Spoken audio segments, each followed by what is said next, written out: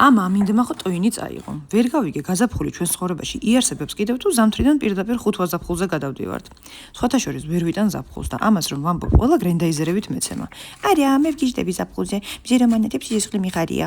არა, ბნელი და უკუნი არც მე მიყვარს, მაგრამ გამაგებინეთ, დღეში 4-ჯერ ბანაობა, უფლად დაღვრა და აწეთლებული ლოყუნცებით სიარული, ძალიან სასიამოვნოა. ზაფხული მე ვიცი მთელი დღე რომ აუზეგდი ხარ.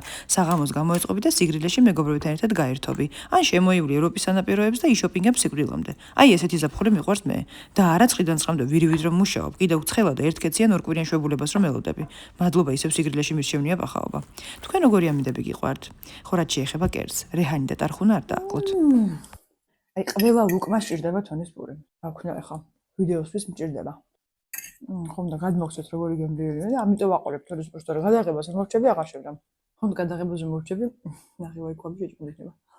ასე რომ მომეწონება და გემრიელია. აი გულის წასვლამდე ჭამა შემიძლია. ცოტა უკვე სიგიჟეში რო გადაგდის. რა ქვია, ისეთი ვარ.